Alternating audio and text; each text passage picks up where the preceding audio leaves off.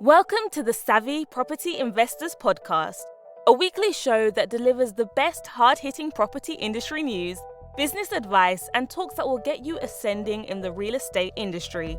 Now, here's your host, the amazing award-winning property and business coach, best-selling author, and serial entrepreneur, Miss Sapphire Gray.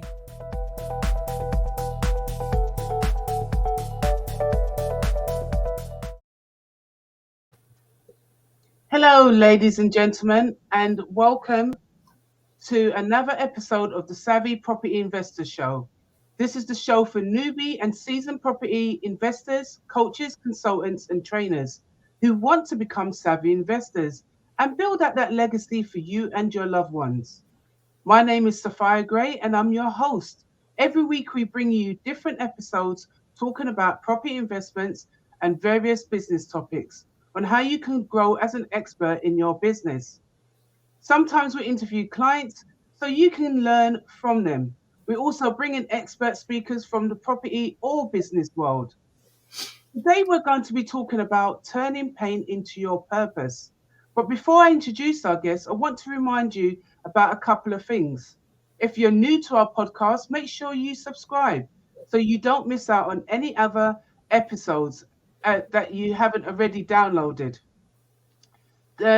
Also, we do the Property Investors Toolkit. So make sure you head over there now to www.savvywomen.co.uk, where this kit will really give you an insight on how to start your property journey, and for a big old price of £37.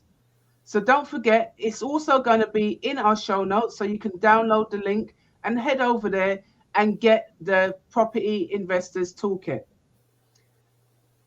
Today, we're going to be introducing our lovely guest, Neusa.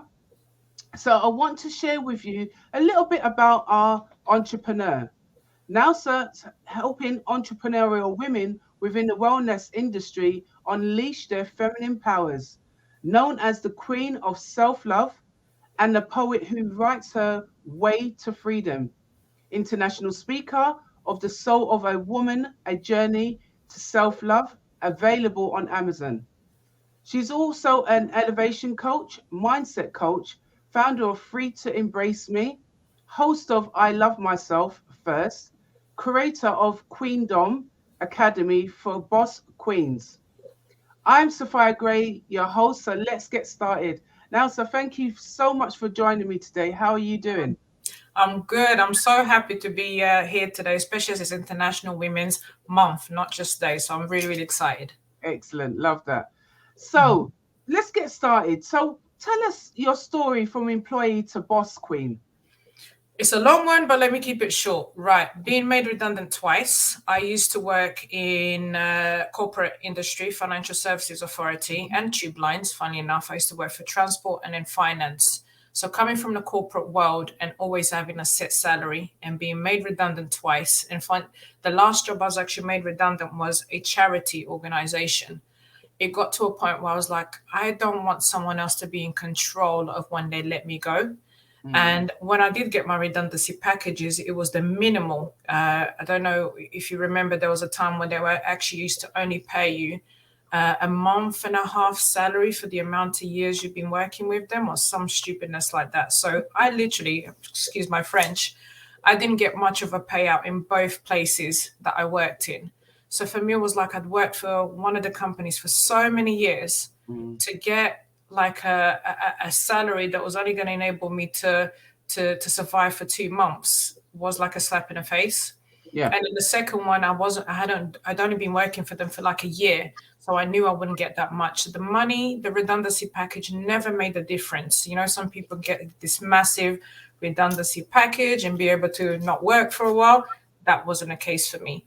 And it got to a point where I was like, I want to do something different. I don't want to be stuck to a 9 to 5 every day. And I don't like rules and someone telling me when I can and can't be and what I must and mustn't do. And it was just one of those crazy ideas because I'm a risk taker. And I just thought, you know what? I work for myself. And that was it. That was the decision I'd made. Oh, brilliant. And it does take a sort of a strong person to transition from employee to becoming an employer or an entrepreneur? Because I know how hard that can be. I've not worked for somebody because I've always classed myself as unemployable. So I don't know what it is to take a redundancy, but I know there's some people that just feel it's, it's an insult to what they've actually worked for, to get the payout that they have. So who would you say you serve and how? So I began to serve women within wellness industry because I felt, my first role, when I began my new business, it was a personal trainer. So I decided when I left the corporate industry, I was going to start out as a fitness instructor. Somehow I ended up being a personal trainer, and I was, within wellness, within well-being. And I discovered that we're helping someone else to feel better, to look better, but we're not necessarily helping ourselves. So we're getting stressed trying to serve so many clients, especially as you're working for yourself. I was getting stressed, serving other clients, still teaching my classes, still doing so many things. And for you to actually get an income that enables you to have a comfortable lifestyle, you have to either work smart or you have to work yourself to the ground, right? And it got to a point where I became very burnt out through different things, through challenges, overworking, trying to train to compete as a figure model, and just putting so much pressure on myself that I burnt out. So when I overcame after a few years and I came back, I said, you know what? I want to serve the people that were like me, the personal trainers, the fitness instructors, the ones that have got a remedy for someone else, they can help someone else, but they're not helping themselves. So I started to coach women, especially women who've got like a service at home, their well-being professionals, their therapists, their consultants, but it's all to do with well-being. Even people that make products. Like one of my clients makes shea butter products. She does doTERRA oils, and then she's just started a holistic way of teaching young primary school children, but in a nurturing kind of way. So, for me, it was like, how can I help them to be smarter in their business, to make more money? Because a lot of them are running hobbies. They're not running a business. They were running hobbies, really and truly mixing up personal money with business money, not really having the right structure, the planning, and not being out there, literally not being out there, like only going to places where they're selling their products, only going online to sell their products, or for personal trainers and instructors, I'm teaching all of these classes just to make the money. So I help them to pour into themselves so they feel more calmer, they have boundaries, they have a vision, they have an idea of where they're going. So once you're in a place of feeling extremely calm, you're meditating, you're doing your nature walks and feeling good, the self-care, then you can create more things. Then you're open to thinking, you know what, now I'm feeling so good about myself, I could do this with my business, or I can try and do it that way. So for me, what I do with my clients is, let me bring you peace of mind, the same peace of mind you're bringing to your clients, the same well-being you're giving to your clients.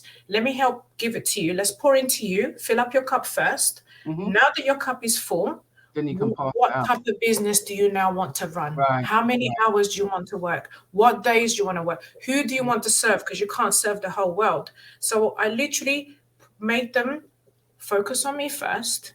And now I'm full enough to pour and give to others what I now have for myself. That's how I started it. Yeah, one of the things that you've highlighted is that you serve women. I predominantly serve women as well. But why did you just choose to serve women and not mix it? Right. So it's International Women's Day a month, right? We are the most important creatures on this earth, right? We have the power to create. We are nurturers. We can do so many things. We can multitask. The way I say it is, especially if a gentleman comes to me and says, why don't you help men? I say, I'm a woman. I can relate to other women, right? In terms of their pain, in terms of who they are, in terms of the problems that we women face. Now, when a woman is happy, so she's married, when a woman is happy and her cup is full, the whole household is happy too, right? It starts from the woman. We always hear saying, men are the head of the house. Yeah, but we're the neck, because at the end of the day, it takes two.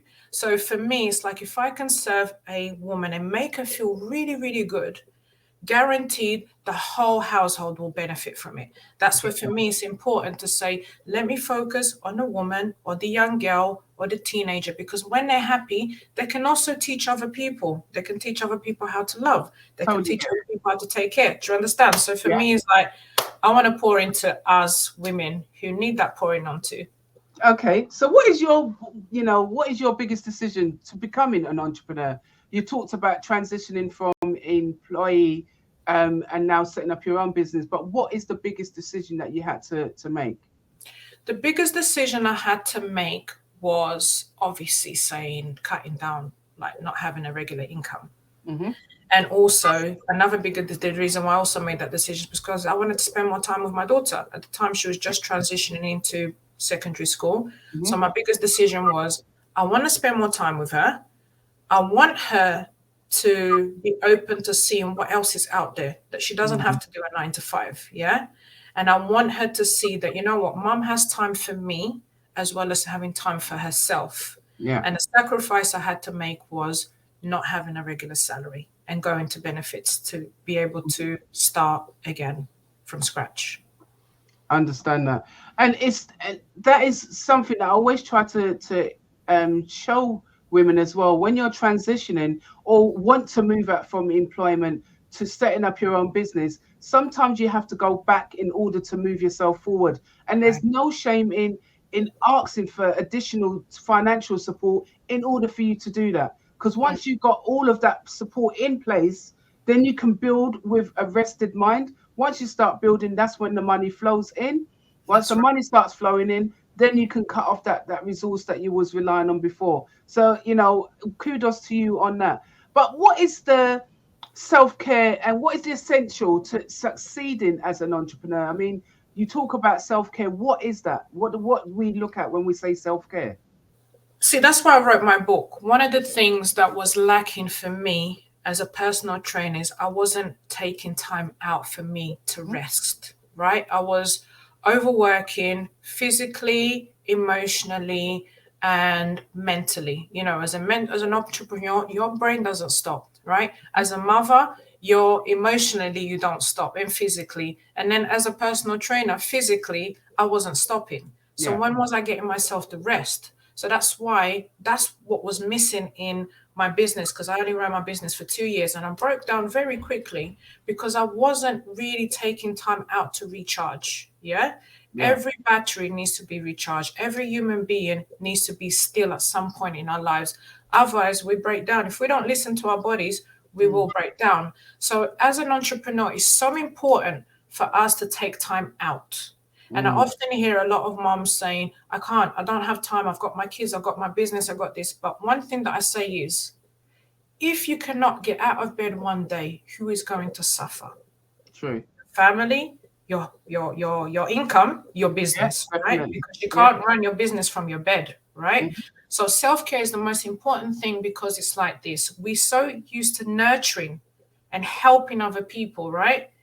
And we don't often have that nurturing to ourselves, because most people will be like, oh, you're a woman, you just get on with it. Especially if you're a black woman, you just get on with it. Especially for a woman, I'm not just going to say black, all of us women, we're so, one of our characters is to nurture, to take care of children, to take care of others if we're not mothers. So how do we now take care of ourselves? And the thing about self-care is you are now nurturing you. The way you would nurture a child, you would put the child to sleep, you'd feed the child, you make sure the child is okay, you take the child out to play to the park, to nature, all of those things, you play. We need all of those things in order for us to fill up our cups, to then say, I now can serve people in my business and serve with passion and love what you're doing.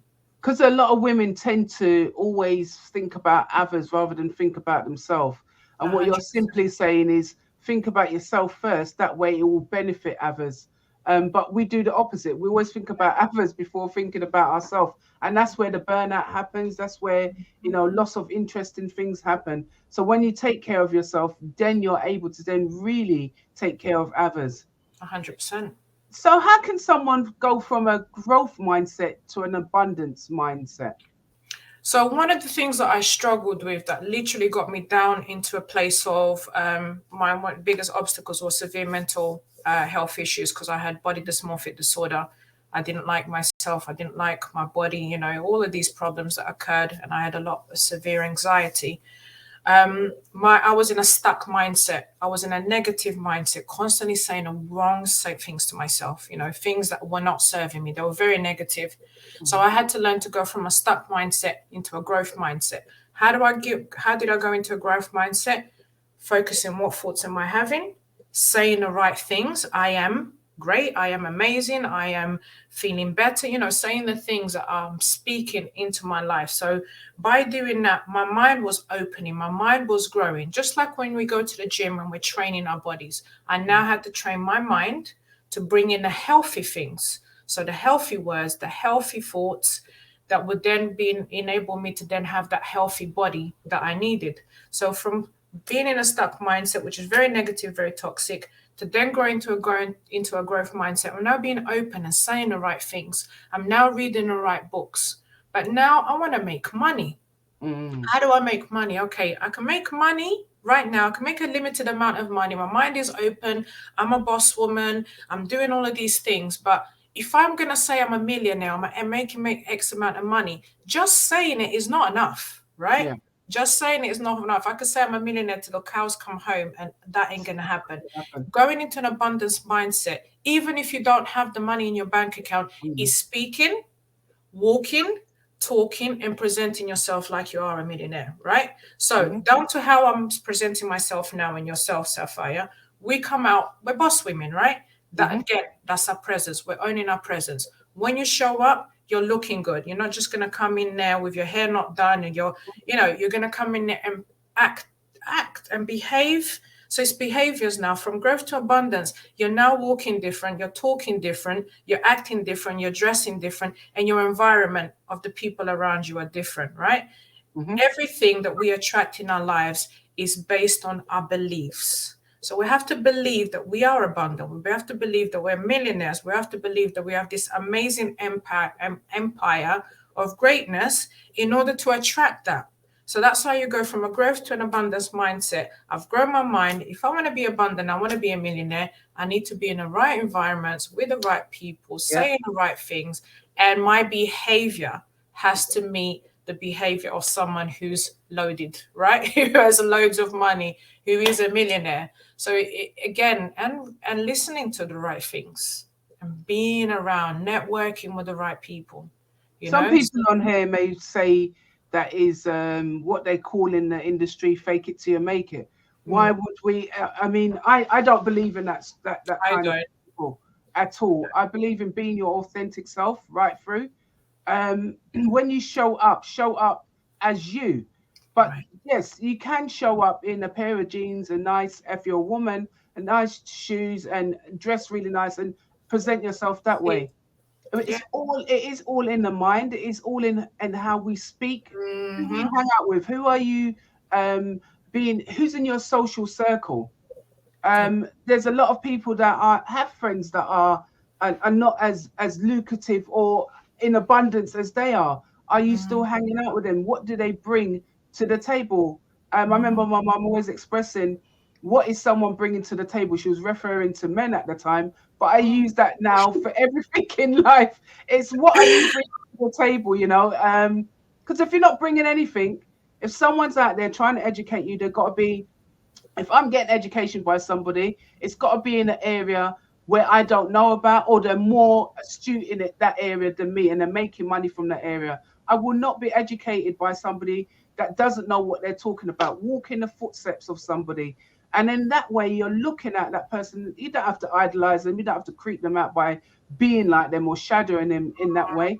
By learning from them and presenting yourself well, absolutely showing up in the spaces that, you know, when you're networking, when you're out there, when you're in the circles of the people that you want to be either your partners or your clients, you've got to show up on a daily basis, or they won't see who you are, but show up authentically.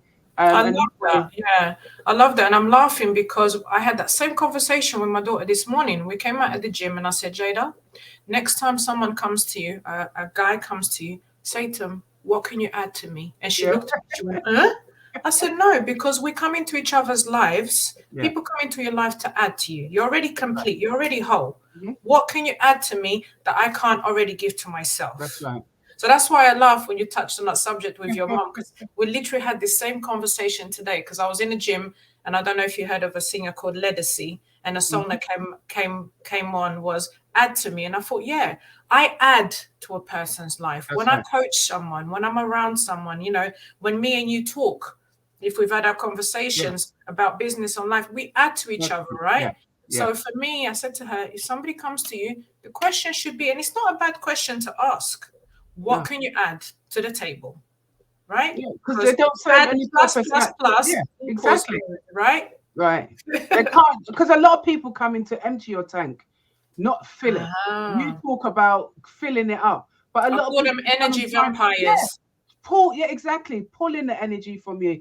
So if someone's not giving into you and pouring into you in that respect, you know, it's for me personally, it's a walk away. Yeah. You know, I don't want to be around people that are just always on the take, rather than we're equally giving to each other. I know me and you, as you said, when we've had conversations, we pour into each other and uplift one another. There's no and another thing is no hierarchy levels. No. It's just that they've got a different skill set to you that you want to learn, and you've got a different skill set that they want to learn. And that is the combination of good business practice. That's the combination of pushing somebody through any environment that you're in and allowing them to grow, because you have something to offer.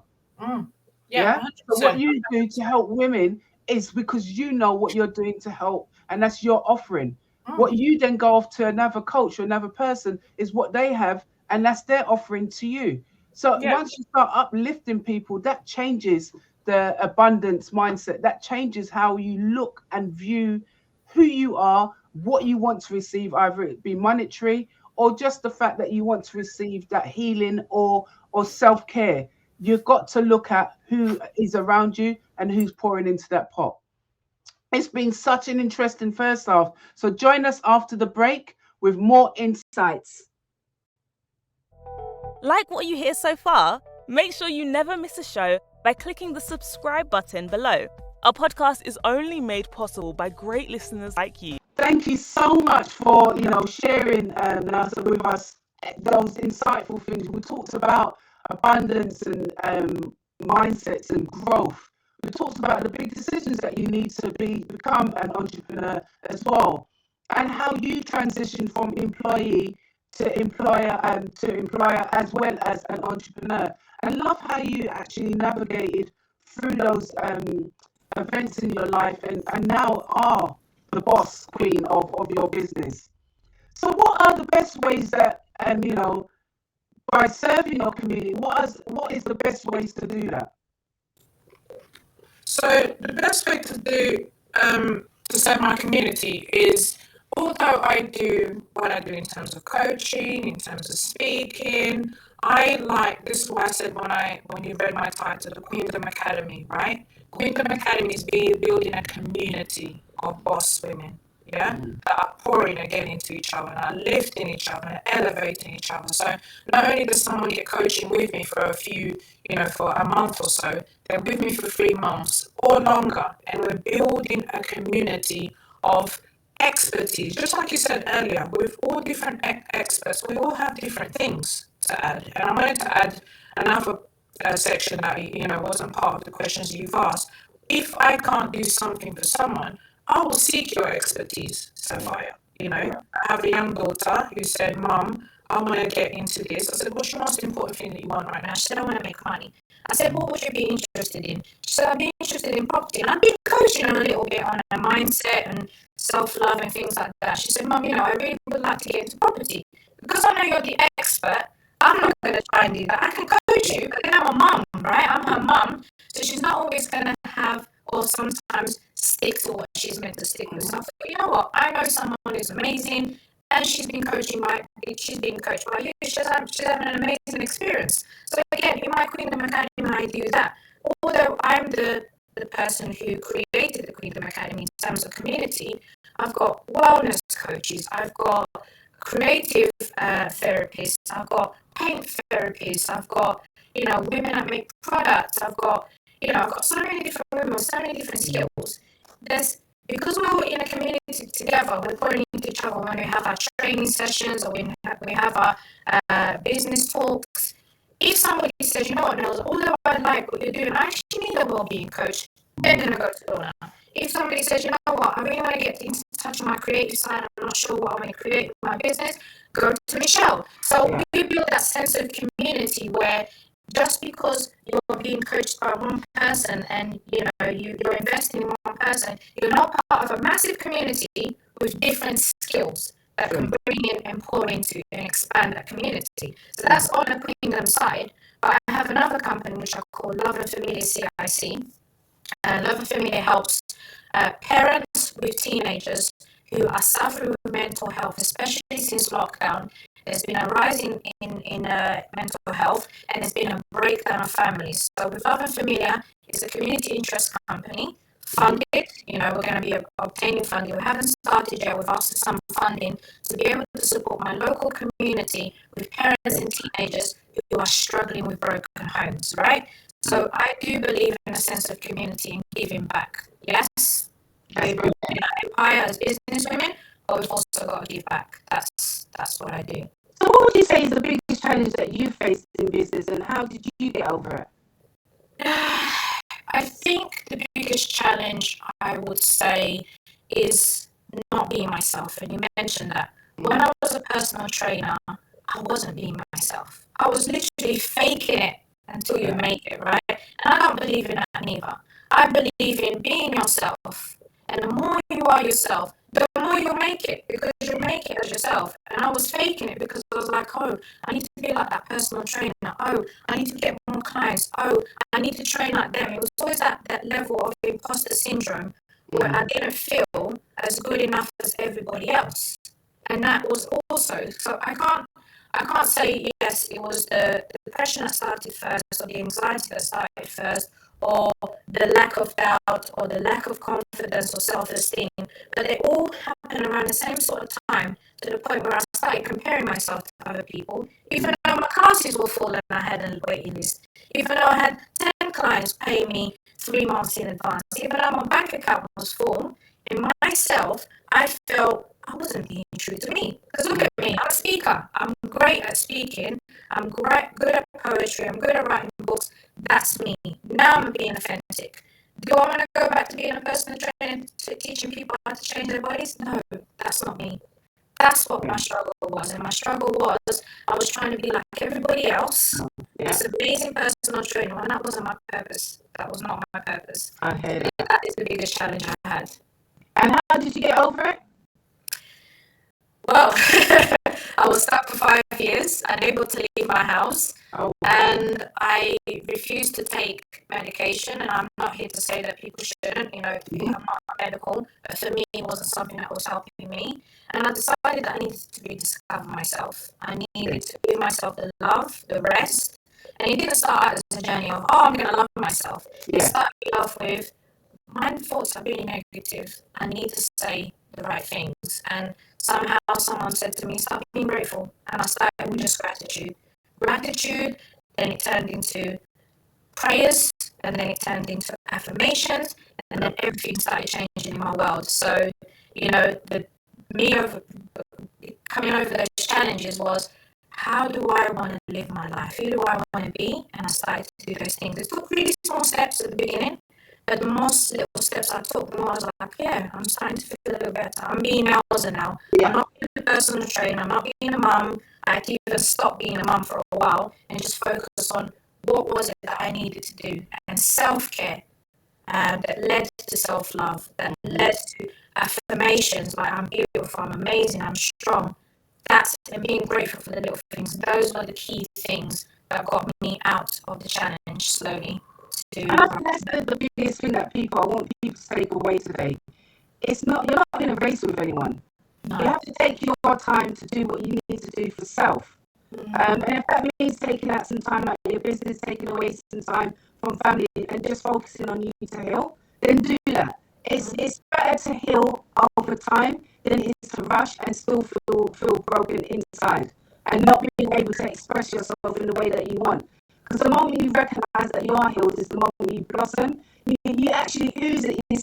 You speak into the world with such a positive force. People just bounce off of you. You give an energy. I know you do that for me. You give such a positive energy and you're full of love. So the only way I can respond to you or react to you is give you back love. You know, so when people see changes in someone or see someone showing something that you think, wow, that's such a beautiful way of being as a human being, and we all need that nowadays. We all need that positive person around us. And when you give it, people just naturally want to give it back. Right. And I've always said that, you know, whatever you give out is what you want to receive as well. So I always try to give out positive thoughts. If I'm sharing something, it's always trying to be on the positive side of things. So every day is going to be like that. Hey, I can wake up one day and feel miserable as heck. And that's right, yeah. I'm miserable that day. You know, it's okay.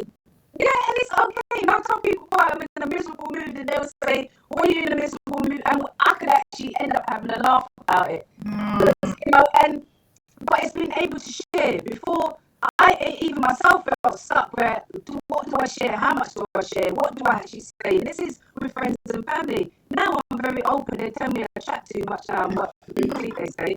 But, you know, for me, it's sharing with people. It's actually expressing how you feel. The moment you learn to do that is the moment you say to yourself, you know what, I feel like I'm not got the weight of the shoulders on my feet. Because in my environment, in my property space, I work long hours.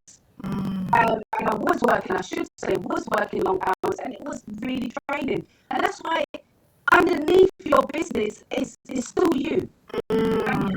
Take that time. So this is why I brought you on here today, is because to show our listeners and our viewers exactly what you need to do to take time out for yourself, work on self, deal with inner, and then everything else will ooze out externally. Yeah, that's beautiful.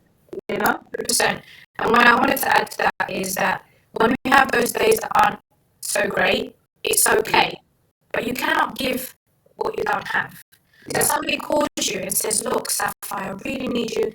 I really need to hear your positivity today." It's okay for you to turn around and say, "You know what? I'm not in a greatest of mood today, but I'll get back to you tomorrow." That person is going to appreciate that, because you're only going to pass on the energy that you have right now to that person. And I posted something today, last night actually. I said, you reflect back who you are.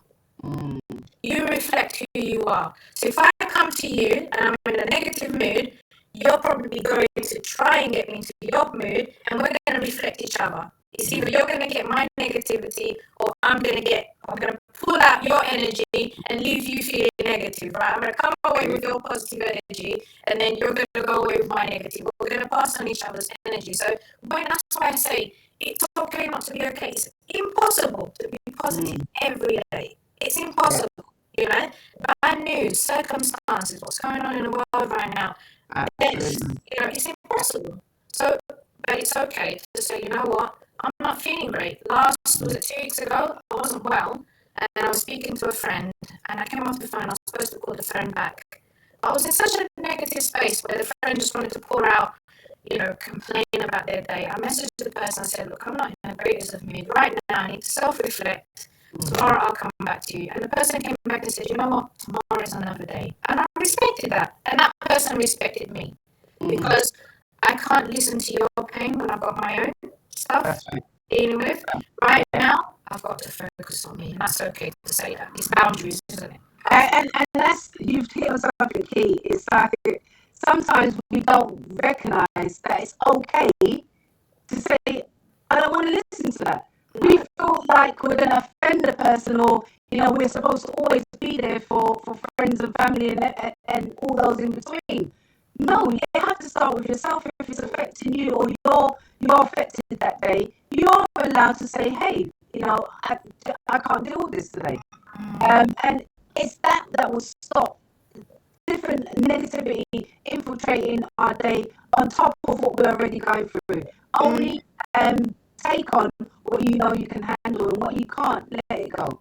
And the thing is, now that I've shared that it was almost like therapy. That person that I was speaking to for a while used to complain so much about how tired they are and how they don't want to do their 9 to 5, but they've got this other business that they're doing and really love and they're making money of it, but they still keep their 9 to 5. And this person kept on complaining over and over again. I'm thinking, hold on a second, you have the solution to your problem. Your business is booming, but you're still working a 9 to 5 that you don't like and you're complaining. Funny enough, after that little message that I sent that person slowly fallen away from my life in a way where they're still in my life, but they're no longer calling me to complain. Yeah.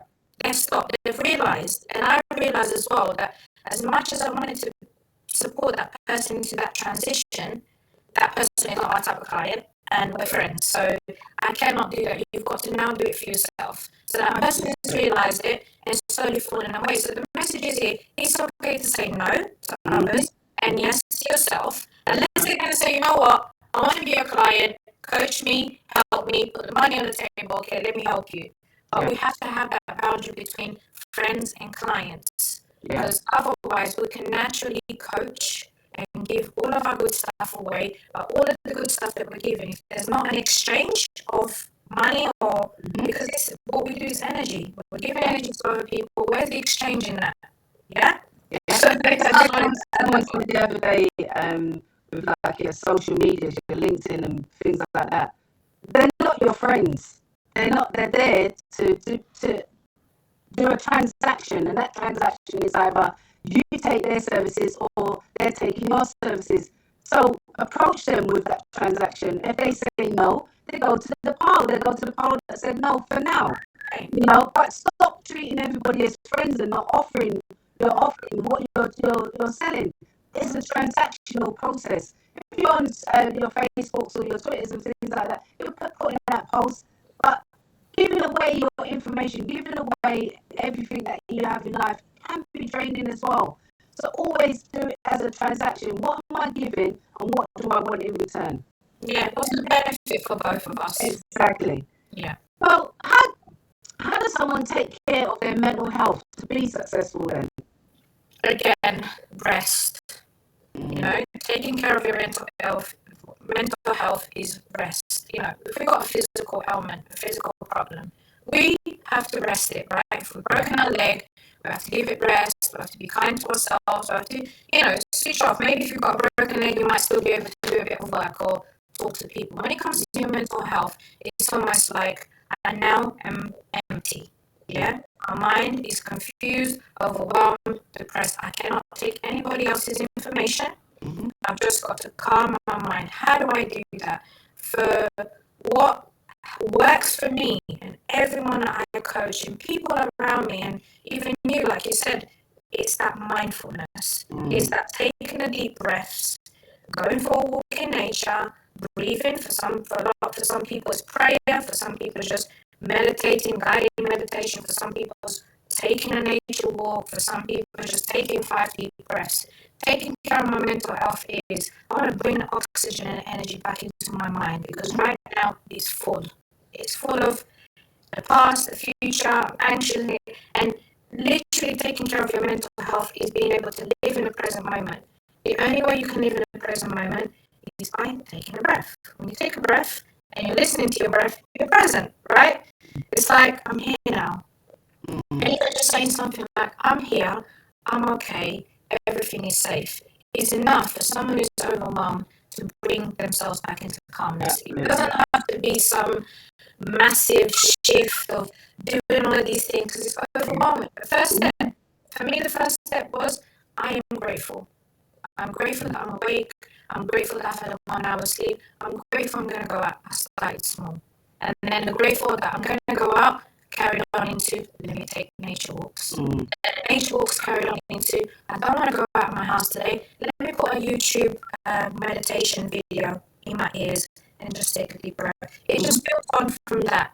So our mental health is so important. Absolutely. Right? So important. And that's why therapy does work, because people are getting out in their mind out. Find someone you can speak to. And if you don't want to speak to somebody, my greatest tool is journal. Journal everything that's in your mind. Good idea. Good or bad. I used to journal good or bad. Just everything that's in, put it out. I call it a brain dump. Before you go to bed, do a brain dump. Write out everything that's in your mind, tasks of things to do, everything. Take it out into your brain, from your brain into a piece of paper. Then just say something like, I'm going to have an amazing night's sleep. I'm calm. I'm well. I'm healthy. Go to bed. That's it. Excellent. Very simple. You know? Love that. You touched on what's happening in the world right now. This is sort of our last question before we wrap up. What do you think is lacking in society, in our businesses right now? I think I pondered on that question today. Normally, I never read my questions before I get into it. I just go with it. But I found that question. It's for a reason. From experience, and I can only speak from experience, what's lacking right now, especially with the clients that I have, is planning. Planning and organizing. And I'm going to give you a small example. A lot of people start businesses from home, right? Starts off as a hobby, something that they've had a problem, they want to give the world a solution, right? But now it starts to become where you're doing it out of love, and it's a hobby, right? People are paying for your services or they're paying for your product, but it's going into your personal bank account. You're not really seeing how much money you're making if it's a profitable business. Number one, you haven't planned your business. You have got no strategy or goals of how you're going to make X amount of sales, who your target market is going to be, what places you're going to sell for. If I'm talking about a product, you're just winging it. And you're going to get exhausted because all you're going to do is produce, sell, produce. Where's your goals? Yeah. Where's your planning? Where's your structure? Where's your ideal client, right? So people fail to plan to fail. That's what I say. So one of the biggest things I say to my clients first, when they say, I've got a personal business, I've got a business, and I'm working. Where's your 2 accounts? Oh, I only have one. Get a second one. Yeah, but I use that to pay my bills. Get a second one. Let's start there. If you're a business, behave like you have a business. People should not be paying into your personal bank account. They need to be paying into a business or PayPal or something that says, I'm a businesswoman. You know, we start from that small and then we'll go, where's your goals for this month? So, yeah, planning and organizing is key. So, Neusa, how can our listeners contact you and learn more about your services that you offer? Right, you can find me on LinkedIn, Neusa Catoja. You can find me on Instagram, I am Neusa Catoja. You can also find me on my website. If you go to my LinkedIn, my website is there. And then my book, Selflove, My Journey to Self-Love, is on Amazon and it's also on my website.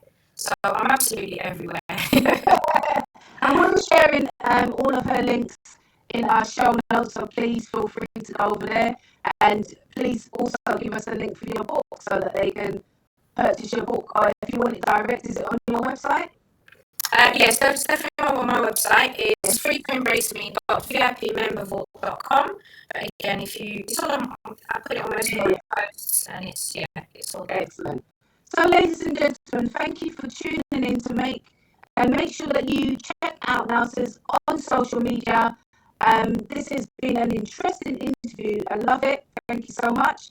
And thank you for being on the show. It's been an absolute pleasure to have you here. If you enjoyed the episode, please make sure you subscribe to our YouTube channel. Don't forget to rate us, review, download, and share.